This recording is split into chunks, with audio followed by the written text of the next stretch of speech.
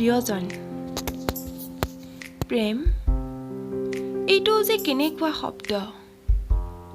সঁচা প্ৰেমে দুটা মনৰ মিল কৰায়। দুজন অচিনাকি ব্যক্তিত্বই ইজনে সিজনক নিস্বাৰ্থভাৱে ভাল পাব লয়।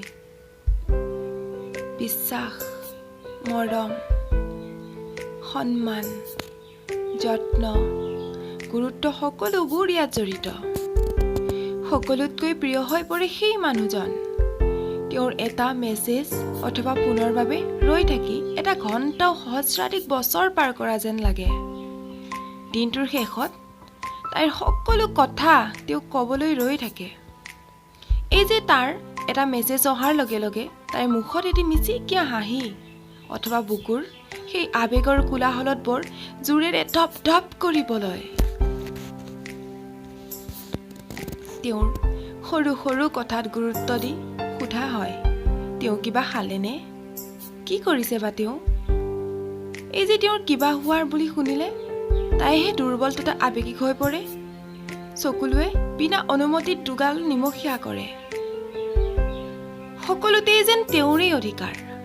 নিজকে বিলীন কৰা যায় তেওঁৰ বুকুত। কেতিয়া যে তেওঁ তাইৰ ইমান প্ৰিয় হৈ পৰিল। আজিও তাই ৰৈ থাকিলে তেওঁৰ এটা মেছেজৰ অপেক্ষাত। কিন্তু আজি তেওঁৰ মেছেজ নাহিল।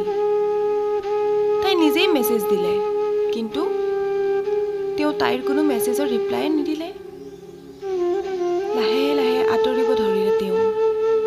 অৱশেষত তেওঁ সঁচাকৈয়ে আঁতৰি গ'ল। তাইৰ পৰিস্থিতিত লগৰজনীয়ে ক'লে, বাদ দে, প্ৰেম এনেকুৱাই। ভাল পোৱাই সদায় দুখহে দিয়ে। কিন্তু তাই হাঁহিলে আৰু ক'লে, প্ৰেমক কিয় দুখ দিছ? প্ৰেম এক মধুৰ অনুভূতি, এক পবিত্ৰ আৱেগ। ভুলটো আছিল তেওঁৰ অথবা মোৰ। প্ৰেমক দুখ নিদিবি। ভুল মোৰেই চাগৈ। মইহে তেওঁৰ প্ৰয়োজন পূৰাব নোৱাৰিলোঁ। তেওঁৰ প্ৰিয়গৰাকী হ'ব নোৱাৰিলোঁ।